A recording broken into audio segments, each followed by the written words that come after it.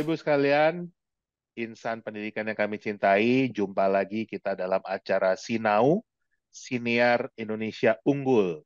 Siniar itu kalau bahasa Inggrisnya podcast. Jadi kita ini mau bikin podcast pendidikan. Kita membahas topik-topik isu-isu pendidikan. Saya Indra Karismiaji kembali menemani Anda dan kali ini saya kehadiran seorang sahabat, orang pendidik juga, Pak Fidelis Waru. Selamat malam, Pak Fidelis. Apa kabar? Selamat malam Pak Indra, baik Pak. Bagaimana Puji Pak Indra Tuhan. kabarnya?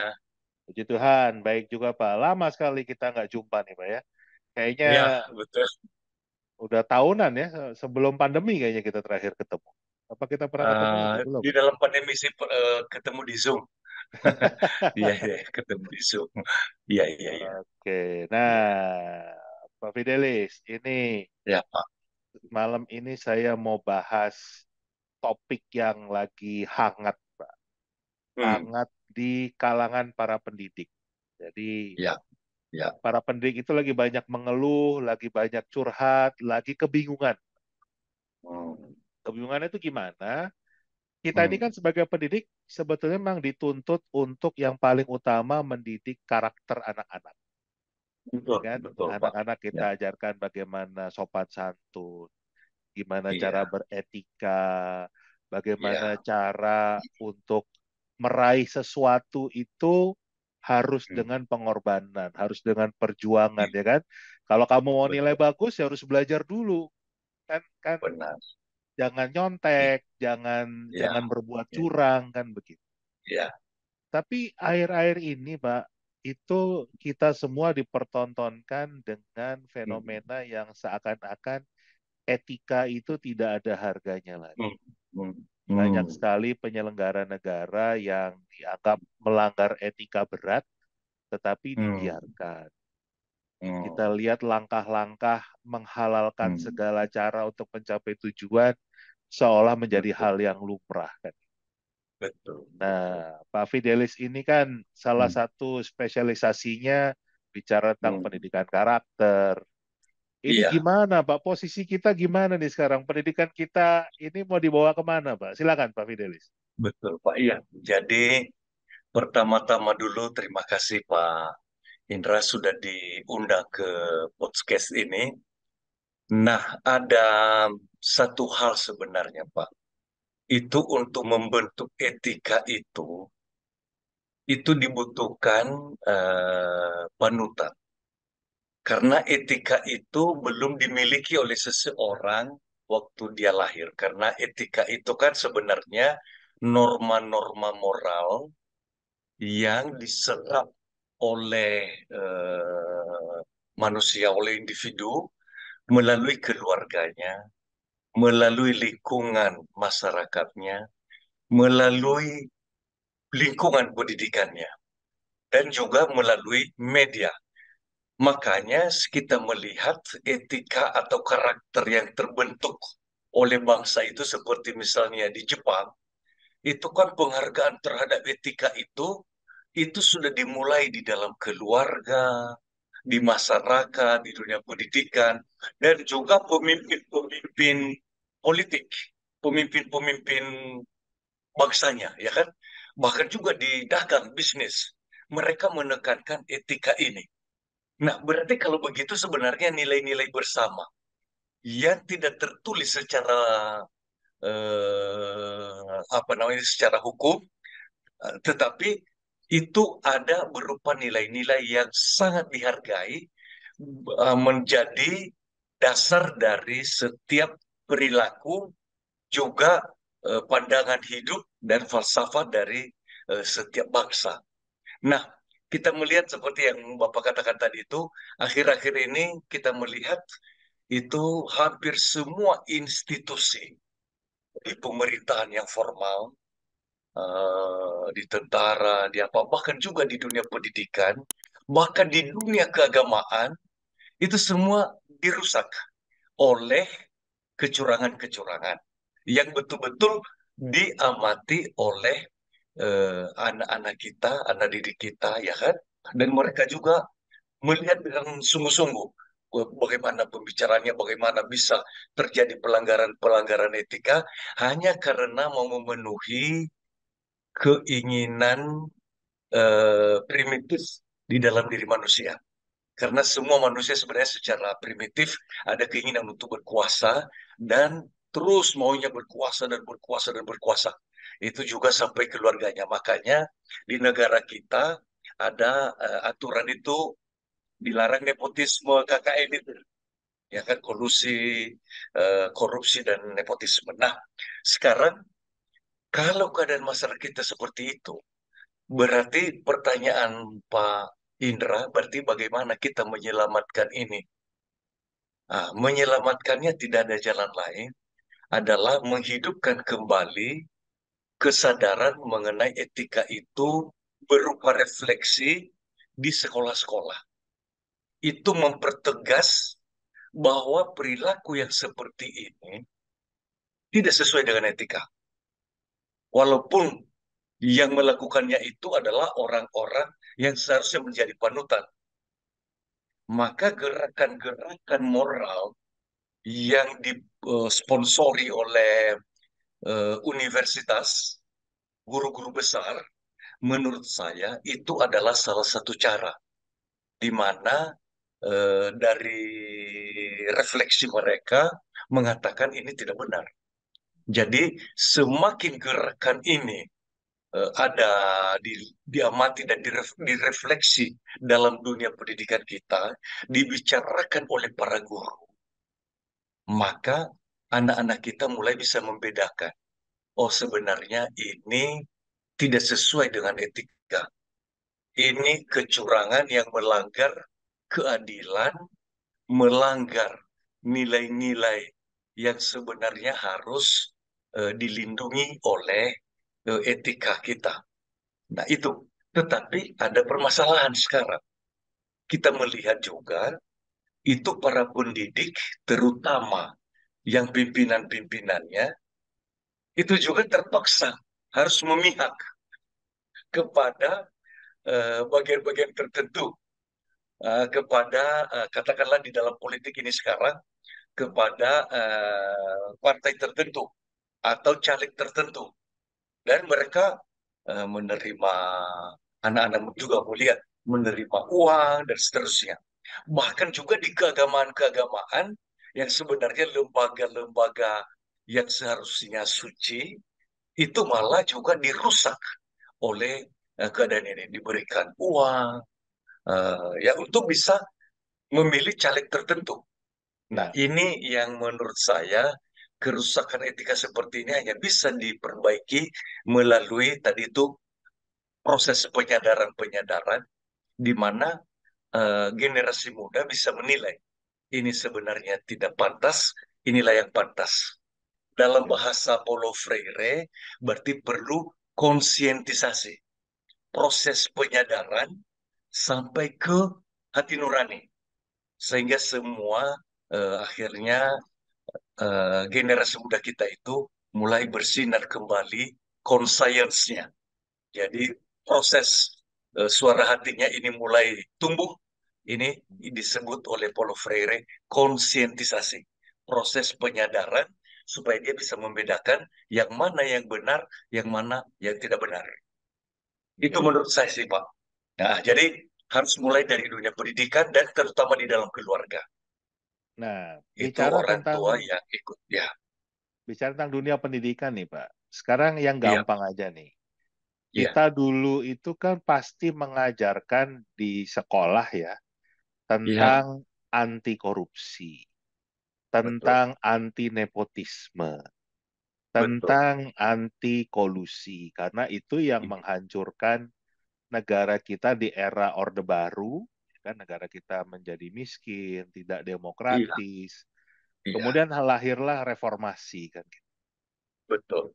Nah, tapi kalau sekarang kita ngomong begitu, bukan diketawain Pak Iya, sama siswa kita, Pak. iya, Loh, iya, loh itu justru yang kita lihat bagaimana seorang anak presiden bisa iya, bisa iya, mengambil langkah seperti itu. Kan justru kita iya, dikasih. Jadi kalau kita pakai ilmunya Ki Hajar kan Ingarso iya, Sungtulodo memberikan Iya, contohnya itu justru malah betul, yang nepotisme. Gimana nih Pak? Jadi betul, kita betul. yang sebagai pendidik nih mesti ngapain nih sekarang nih? Malah diketawain Iya, kan sama anak-anak kita. benar, benar, Pak. Ini yang sangat menyedihkan dalam dunia pendidikan kita, Pak. Itu Ya, pimpinan yang tertinggi yang merusak sebenarnya nilai-nilai di dalam bangsa kita, nilai-nilai bangsa kita. Ini harus kita mengatakan itu. Jadi ya, semua rusak hanya gara-gara tadi itu naluri primitif di dalam diri setiap orang yang ada. Termasuk ya. juga di dalam diri presiden ya, ada naluri primitif, Hmm, yaitu ingin berkuasa, ingin ya, melanggengkan kuasanya melalui anak-anaknya dan seterusnya. Itu semua dipergunakan alat-alat apa saja yang bisa ya, dibawa kuasanya. Dan itu dipertontonkan kecurangan yang luar biasa. ya, Sehingga kita bicara sekarang mulai mengenai etika, revolusi mental, yang dulu Pak Jokowi memberikan ini sebagai tagline apanya itu ya, yang ya, akan diperjuangkannya. Ini justru berantakan semua. ya. Jadi menurut saya, sekalipun di dalam pesimisme pesimisme yang seperti itu, Hmm, masih ada optimisme.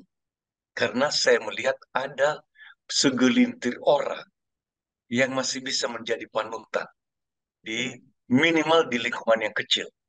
Jadi ya. kalau satu sekolah tetap mempertahankan integritasnya, Hmm, artinya di dalam etika apa yang dikatakannya, itulah yang dilakukan.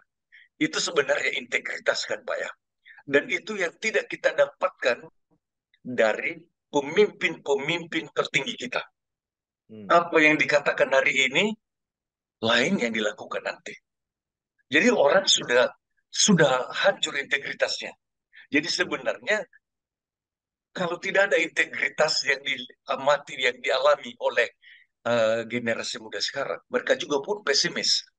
Jadi mungkin Hmm. panggilan untuk kita di dalam dunia pendidikan, ya kita minimal mulai menunjukkan integritas kita. Kalau kita katakan, saya akan periksa kertas ulangan kalian, saya kembalikan minggu depan, betul kita usahakan kembalikan minggu depan. Dan ini kelihatannya yang membuat unggul sekolah-sekolah di unit tertentu, yang dimana guru-gurunya itu menunjukkan etika, sekalipun mereka berkorban karena itu, tetapi apa yang dikatakan oleh guru itu betul-betul dilakukannya. Jadi tidak seperti yang kita amati di dunia sekarang ini, Pak, dalam masyarakat kita. Benar-benar masyarakat kita sekarang ini hampir tidak bisa lagi kita rujuk sebagai panutan etika. Nah itu Pak, ngasih contohnya kan Iya, susah Pak. Untuk iya menjadi kita, betul, kita betul. bicara, oh standar etika yang baik itu begini. Itu siapa contohnya sekarang? Kan Iya, kesulitan iya, kita. iya. Makanya karena justru kita kesulitan dengan tokoh-tokoh yang terkenal, khususnya panutan publik, maka mau tidak mau, ya mulai dari unit yang kecil, guru-guru, wali kelas, mulai memberi contoh dari dirinya sendiri. Memang berat, Ya. karena melanggar, berenang melawan arus itu kelihatannya tidak tidak gampang, Pak Indra. Karena ini sekarang sudah melawan arus. Ya. Dan hanya segelintir orang yang kita dengar. Karena sebagian besar orang tidak lagi melihat sisi yang itu. Mereka lebih melihat apa yang bisa menguntungkan saya sekarang. Nah, Dikasih itu. sembako, ya kan? Ya. Jadi mereka memihak ke sana. Jadi sebenarnya juga panutan juga di dalam masyarakat sudah dihancurkan semua, Pak. Ya. Betul. Sama sekali nggak ada standar Iya, moral, standar tidak etika. ada Jadi, lagi ya. Dan kalau itu pun orang itu salah, tidak ada hukuman. Dan seolah-olah masyarakat kita membolehkan itu. Dan ya. itulah bahaya untuk pembentukan karakter bangsa.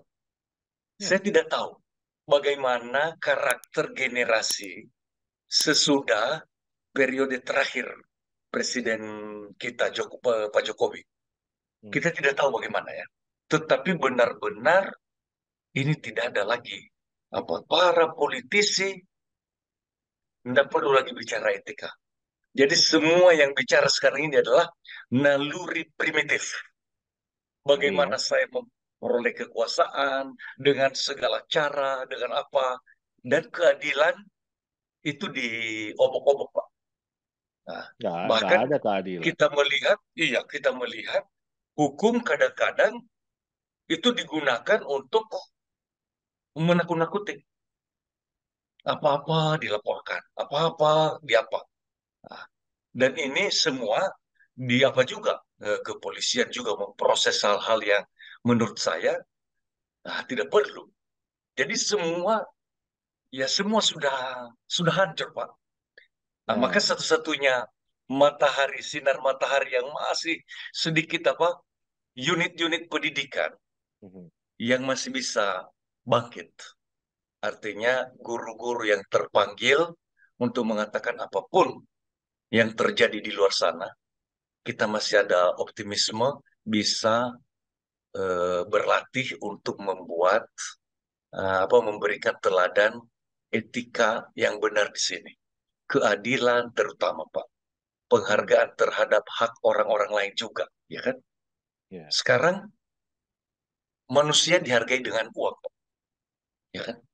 Jadi tidak lagi dilihat apakah orang itu sudah melalui proses, memang layak, bisa tiba-tiba saja menjadi wakil bupati, ya kan? Hanya karena anggota keluarga, ya kan? Nah, ya, ya, Bisa ya, tiba-tiba saja tadinya itu tidak tidak melalui prosedur-prosedur yang sudah apa menjadi ketua partai. ya. Jadi kita mengajarkan apa ke generasi muda? Itu Sebenarnya kita pesimis.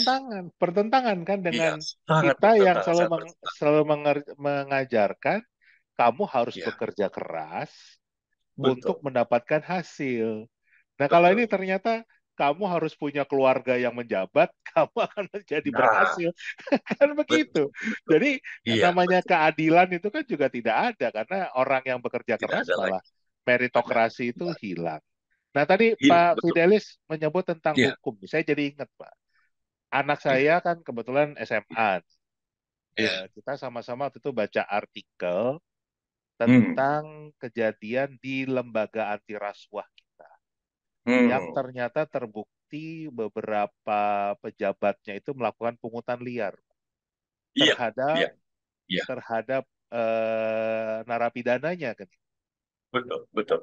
Itu kan berarti lembaga anti korupsi yang korupsi itu. Nah, yang lebih kaget lagi di artikel itu dikatakan hukumannya cukup minta maaf. Saya Iya, ditanya sama iya, anak saya, Pak, ini kenapa bisa iya, begini? Saya bingung, iya, Pak, jelasinnya gimana, Pak? Pak Fidelis bisa bantu iya, nggak kalau ada pertanyaan iya, seperti itu dari anak didik kita, dari anak kita, iya, gimana cara iya. menjelaskan? Itu memang susah kita untuk menutup semua kenyataan itu dari analisa generasi muda, Pak ya. Ya, Lebih-lebih Gen Z. Gen Z ya, itu mereka juga membaca juga ya, nah, melihat juga TikTok dan seterusnya. ya, Jadi ketika terjadi yang seperti ini, disitulah kita sebagai pendidik mengalami kesulitan untuk sangat. mendidik berpartisipasi di dalam pendidikan karakter bangsa Ya, yang apa ya didengung-dengungkan oleh pemerintahan khususnya lah Pak Jokowi dulu dengan revolusi mental. Dulu menurut saya ini harapan optimisme bagi bangsa kita. Tetapi melihat di akhir periode jabatannya Pak Jokowi, saya melihat dirusak semua ini Pak. Jadi tidak ada lagi sesuatu yang model di mana kita bisa merujuk ini loh model yang bagus. Ini hampir tidak dapat lagi kita melihat modelnya Pak. Ya ada satu dua tetapi kan menjadi tidak berbunyi, ya kan? ya, Karena sama sekali. akhirnya tenggelam oleh semua pemberitaan-pemberitaan juga adalah mengenai ini, kan? Semua dibentuk opini, Hmm, isi isi memori masyarakat, isi memori generasi muda, ya kan? Dengan itu. ya, Jadi sebenarnya secara tidak langsung kita sudah mengajarkan mereka nilai etika, Pak, Ya, di dalam perilaku ke depan. Makanya tadi saya katakan di awal kepada Pak Indra, saya tidak bisa membayangkan bagaimana nanti generasi yang sekarang. ya, Karena ini lebih parah lagi, Pak.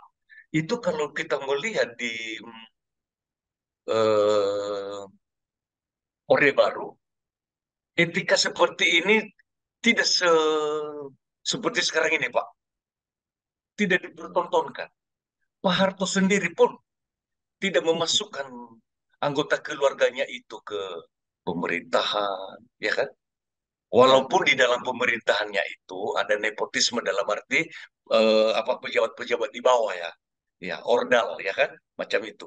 Tetapi Pak Harto sendiri tidak memberikan, dan ada banyak tokoh-tokoh yang masih bisa kita tunjuk ini yang integritas yang tidak perlu kita ragukan. ragukan. Beni Murdani, masih ada Pak. Ya, Sekarang siapa yang bisa kita rujuk?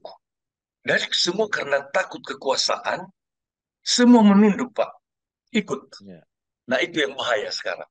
Makanya ya, kalau tadi Pak Indra mengatakan bagaimana ini saya menjelaskan kepada anak didik kita, kepada putra-putri kita.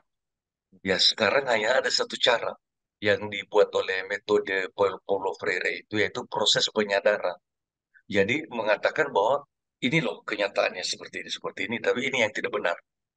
ya. Nah, tetapi tetap saja orang itu kan yang lebih penting bagi dia adalah yang mayoritas Hmm, mengikuti. ya, Kan itu yang di Jepang itu yang membuat orang salah saja kebijakan, Pak. hmm, Dia bisa mundur atau benar-benar dia ya selesai. Artinya rasa malu itu sebagai apa kesadaran bahwa saya melanggar etika itu ada. Sekarang itu tidak ada lagi, Pak. ya, ya, Kalau tidak ada betul, yang melihat, kalau tidak ada yang melihat, nggak malu lagi, Pak. betul. Jadi Ini, sudah rusak semua ya, sendi-sendinya. Jadi dan itu kalau ada yang melihat pun selalu berlindung dengan undang-undang. Tidak ada yang dilanggar undang-undang. Dan kita tahu undang-undang itu sebenarnya hanya minimal merupakan pagar-pagar yang dibuat untuk melindungi etika. Jadi sebenarnya kalau etika ini semua sudah menjadi pola perilaku orang, tidak perlu undang-undang sebenarnya dan aturan-aturan, Pak. Jadi ini sangat minim. Jadi sebenarnya eh, undang-undang ini, aturan-aturan ini dibuat karena melindungi etika dari naluri primitif ya, yang mau mengambil hak orang, yang seenak-enaknya, yang kalau dia berkuasa dia lebih ini, ya kan? Nah, sekarang hanya dia berlindung dengan yang minim itu. Kalau tidak ada di sini, padahal etika kan sebenarnya lebih dalam intinya hmm, yang dibela oleh undang-undang, oleh peraturan. Nah, ya, makanya ada negara yang tidak tidak perlu lagi undang-undang. Kenapa? Semua manusianya, semua masyarakatnya sudah melakukan sesuai dengan etika. Untuk apa lagi peraturan? Tidak butuh. Karena kalau semua orang sudah melakukan sesuai dengan etika, Pak, tidak butuh kita lagi. Karena tidak akan mungkin ada yang melanggar hukum, ya kan? Karena ya, semua sudah mengambil haknya, menghargai hak orang lain, mhm, mengikuti aturan, ya udah. hmm, Jadi sebenarnya salah kita ini menurut saya. Lebih kita mengagungkan undang-undang, lalu etika diinjak-injak. ya, Ini jadi lebih pagarnya itu yang disembah-sembah, Pak. Nah, tetapi inti yang dipagarin itu sebenarnya diinjak-injak. Nah, ya. Ini kan ibaratnya kayak gini nih, Pak. Kalau kita udah iya, sekian lama mengajarkan anak-anak kita untuk iya, berdoa, misalnya, ya iya, kan? iya, iya, Berdoa itu iya, kan satu hal yang sangat baik kan gitu. Tapi terus iya, kemudian iya, dirusak, ada orang mengatakan ini, coba sekarang kamu berdoa, minta permen. iya, iya, iya, Pas, iya, pasti nggak dikasih.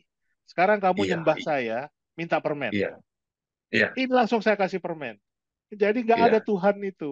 Itu kan kayak iya, gitu iya, sekarang iya, kondisinya iya, kan iya, gitu. betul, betul, betul, betul, betul, Pak. Ya, Iya, jadi sebenarnya boleh kita katakan sekarang ini sudah kehilangan nilai. iya. Maka saya sangat setuju dengan gerakan-gerakan moral dari universitas yang mulai mengatakan, ya udah, kalau tidak bisa diambil alih oleh institusi yang kita percaya, Mhm. berarti kita terpaksa turun ke jalan untuk melakukan pendidikan, pendidikan politik melalui jalanan. Dan itu sekarang saya lihat bergerak mulai pelan-pelan, mulai ada Sudah mulai titik lagi itu. terang, Iya, mulai lagi memulai dan mulai ada titik-titik terangnya, mulai bergerak di sana sini. Berarti sebenarnya moral bangsa kita masih ada, Pak. Hanya selama ini mereka menjadi silent majority, ya kan? Tidak ngomong. Tetapi sekarang mungkin karena sudah benar-benar sampai ke ujung jurang, ya kan? Nah, terpaksa mereka suara Nabi itu keluar ya. Karena katanya Pak, di zaman-zaman dulu, ya zaman-zaman dulu, itu kalau raja-raja itu mulai apa namanya ini, mulai tidak berjalan sesuai dengan aturan-aturan, kehendak yang di atas ya kan, apa yang terjadi muncullah nabi-nabi untuk mengingatkan. Dan kalau nabi-nabi ini juga, ya itulah guru-guru besar itu, seruan-seruan moral budayawan. Kalau nabi ini juga tidak mau didengar, dan biasanya dari sejarah kerajaan itu hancur, Pak. banget. Semua Banget. dalam sejarah.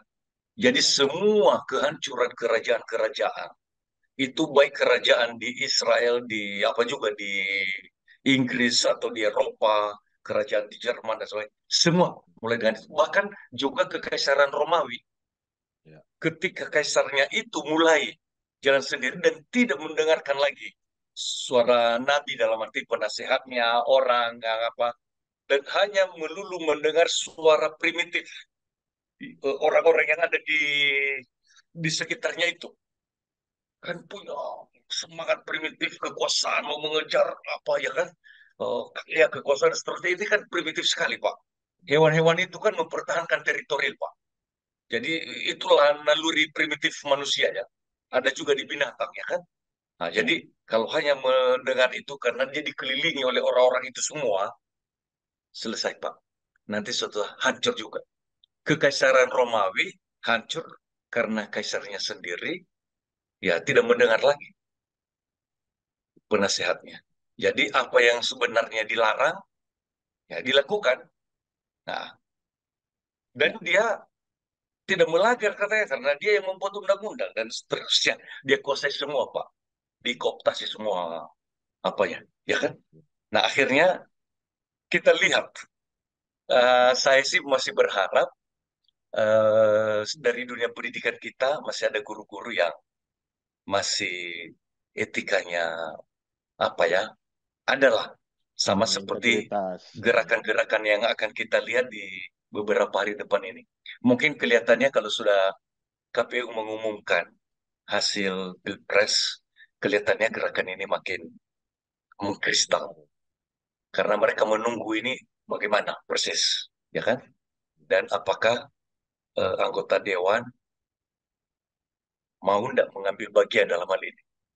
Ya. Kalau tidak, nah berarti rakyat dengan apanya yang Parlemen jalanan dong akan berarti, Pak. iya kelihatannya ya kita melihat ini saya rajin membaca, saya langganan Tempo yang elektronik. Jadi Mhm. saya melihat itu analisa-analisa mereka itu cukup berdasar. Karena semua sekarang di lingkungan Pak Jokowi, itu sekarang lingkungan-lingkungan orang-orang yang mempertahankan kekuasaannya, dan mungkin juga itu tadi digerakkan oleh nafsu untuk mau berkuasa, mau apa. Ini itu yang mungkin yang lagi sekarang kita dengarkan kan si Menteri Investasi kan Ya. yang mempermainkan izin. membuka kembali tambang-tambang itu yang lagi apa Ya, sekarang. Ya. Nah, itu kan semua orang-orang dekat sama Pak Jokowi, tangan kanan, tangan kirinya, ya kan? Jadi, ya kalau sudah seperti ini bangsa kita ya dari atas tidak bisa kita harapkan akan menegakkan etika, Pak. ya. Siap. Jadi, dunia pendidikan kita ini dalam tantangan berat, Pak. Tidak pernah ada dalam tantangan seperti ini dunia pendidikan kita. Ya, karena Artinya apa seperti yang Bapak katakan itu tadi, guru-guru tidak bisa ngomong. nggak bisa akan akan karena contohnya dengan apa yang Ya, kita sajikan berbeda kan gitu. Fakta di beda. lapangan. Iya, iya. Tinggal Siap. sekarang kalau saya melihat sih ada beberapa unit-unit sekolah tertentu masih sangat apa Pak? Masih sangat menghidupi etika. Ya. Dan memang saya lihat sekolah-sekolah seperti ini sekarang adalah sekolah-sekolah yang sangat apa ya, mahal harganya. Sangat menawarkan permata menurut saya. Nah, tetapi ya tetap saja karena anak-anak itu juga kan melihat TikTok, ya kan? Kan generasi TikTok ini sekarang, Pak. Iya. Ya melihat berita juga. Ini apa yang kita pelajari di sekolah ini ideal. Beda. Ah, tapi yang senyata-nyatanya itu sebenarnya. Lihat dia itu kaya-kaya. Ah, Nah, menantunya bisa menjadi wali kota, ya kan? ya, Anaknya bisa naik ke menjadi yang tertinggi, ya kan? Tertinggi dari partai, walaupun dia tidak apa. Hanya dalam beberapa hari saja langsung menjadi ketua umum, ya. ya. Nah, jadi tidak penting belajar. Jangan-jangan anak-anak kita semakin mereka tidak menghargai lagi belajar. Nah, itu yang saya khawatirkan kan gitu, Pak. Iya, Ini kan iya, berarti masa depan bangsa ini sedang dipertaruhkan dengan betul, dengan betul, kerusakan-kerusakan dilakukan sekarang itu betul. nanti buahnya di masa yang akan datang karena kita akan punya generasi penerus yang Iya, iya, menghalalkan segala cara, tidak iya, punya etika, tidak punya iya, standar moral, karakternya iya, nggak jelas kan. Tapi iya. kita optimis Pak ya, kita masih bisa memperbaiki Optimis. ini Guru, walaupun ya, tantangannya berat sekali. berat sekali, berat sekali. Tantangannya berat Tapi sekali. guru-guru kita yang menurut saya Pak ya, yang masih mempunyai etika, mereka mulai saja dari hal kecil. Apa yang mereka omongkan, mereka buktikan. Dan keadilan itu Pak. Ya. Itu ada beberapa waktu yang lalu, saya menyaksikan TikTok ada anak SMA. Mhm. Mereka membuat drama, Pak, mengenai OSIS. Oke.